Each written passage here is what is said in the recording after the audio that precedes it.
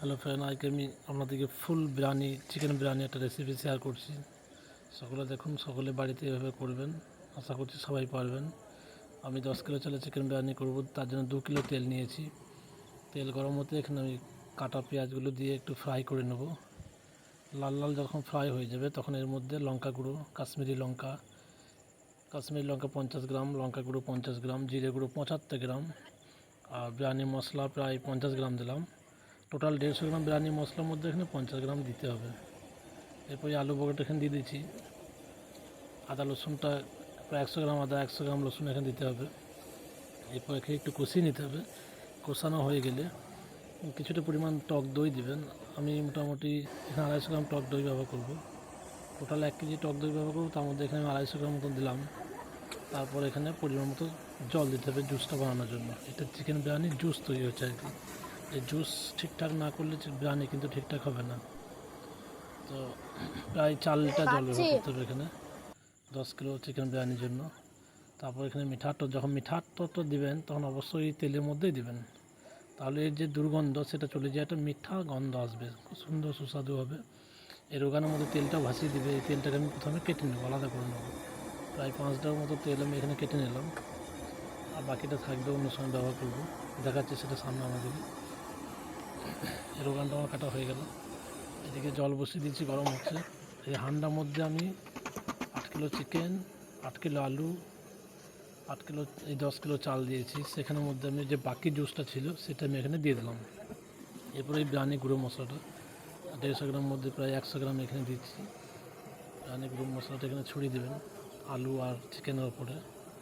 তারপর টক দই, বাকি টক দই যেটা রেখেছিলাম আমি সেটা এখানে ছড়িয়ে দিচ্ছি। টক দই অবশ্যই বিরিয়ানির জন্য একটা গুরুত্বপূর্ণ জিনিস। টক দই স্বাদটা এক আলাদা আছে। আর টক দই যখন দেবেন তারপর একটু চিনি দেবেন, কারণ চিনি অবশ্যই দরকার। টক টক ভাব থাকবে, সেখানে একটু মিষ্টি ভাব আসবে। আর নুন ঝাল তো আছে। এই যে কেওড়া পানি 250 ml কেওড়া পানি আছে, সেখানে আমি এখানে প্রায় অর্ধেকটা ব্যবহার করলাম। অর্ধেকটা গোলাপ জল আমি এখানে দিয়ে দেবো। দুটোই 250 করে আছে।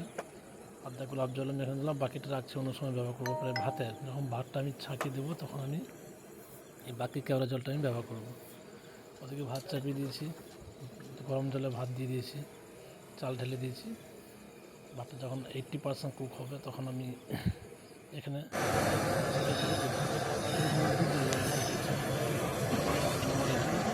চালটা আমি কেটে রেখে দিয়েছি। এবারে এখানে প্রথম দিকে যে চালটা দেবো সেটা আমি 70% দেবো, 70% কুক হওয়া চাল আমি প্রথমে দিয়ে দেবো। এরপর ধীরে ধীরে ফুটছে, চালটা হয়ে যাবে, আমি দিয়ে যাবো, কারণ নিচের দিকে তো জল জুসটা আছে, ফুটবে তখন ভাতটা আরেকটু নরম হবে, উপর দিকে জুসটা থাকবে না। সেক্ষেত্রে আমি প্রথম দিকে শক্ত চালটা ব্যবহার করব। এই যে ভাতটা অর্ধেক ছাকা হয়ে গেছে, এরপর আমি যে কেটে রাখার ওখানটা আমি ভাতের মধ্যে দিয়ে দেবো। এটাতে ভাতের কালারটা খুব সুন্দর হবে, আর বিভিন্ন রকম মশলাও মেখে আছে, স্বাদই এক আলাদা আসবে রোগানের। জুস হচ্ছে বিরিয়ানির সবচেয়ে গুরুত্বপূর্ণ জিনিস। ভাতটা প্রায় আমার অর্ধেকটা ছাকা হয়েছে, একটু চিনি ছড়িয়ে দিলাম স্বাদের জন্য। বাকি অর্ধেকটা ভাত আমি এখানে দিয়ে দেবো। বাকি অর্ধেক নয়, কিছুটা পরিমাণ দেওয়ার পর আমি একটু ফুড কালার ব্যবহার করবো।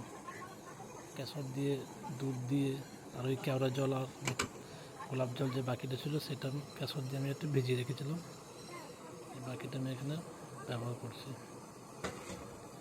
এরপর আমি বাকি চালটা এখানে যা আছে পুরো চালটা আমি এখানে, এই চালটা প্রায় 95% কুক হয়ে গেছে, যেহেতু উপর দিকে দেবো তাই একটু বেশি করে কুক করে দিতে হবে।